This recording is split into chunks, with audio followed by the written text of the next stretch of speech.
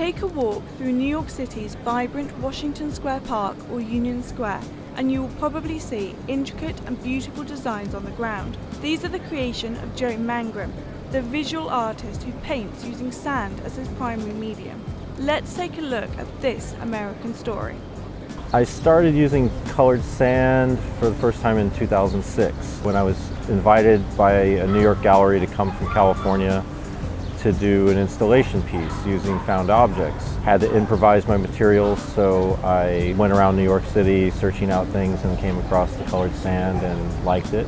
Joe has created over 900 works of art in both public and private spaces, and each one is different. Inspiration for Joe's work comes from the world around him, and his sand paintings are layered with meaning. Visual art is hard to decipher, and it has a lot to do with the personality of the person who's making it. The thing is about sand painting is it's loaded with metaphors. Each grain is representative of a living organism.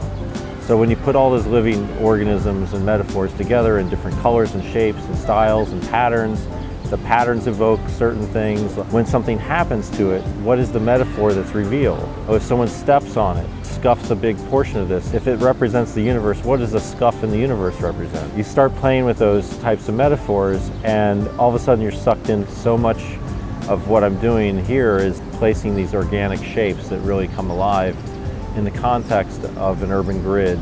For Joe, his paintings are all unique, but every day is rewarding and different too. It reveals something new to you every day in a spontaneous, surprising way each time. Sand painting is more than just a job to Joe Mangrum.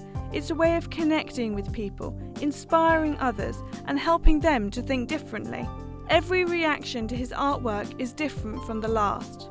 It's about public engagement. This girl yesterday just like, I gave her just a little pile of sand and her face just lit up, and it was just like amazing. Kids show off and they jump their skateboards around it, break dance, homeless people that come up, elderly people that have broken into tears. Looking at Joe's dedication and incredible artwork, it is no surprise that aspiring artists approach him for advice. When a young artist comes up to me and says, "What's your advice for becoming an artist?" First you got to know who you are. You got to know yourself to become an artist, because if you don't know yourself, then you can't express yourself. And if you can express yourself, that is a unique thing in the world.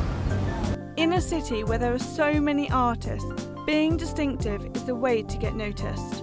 What makes me unique is like I've always just blazed my own path. I just do what I believe in. You have to be a little crazy to go out and crawl around on your knees for 8 hours a day and work as hard physically as I do. It's insane.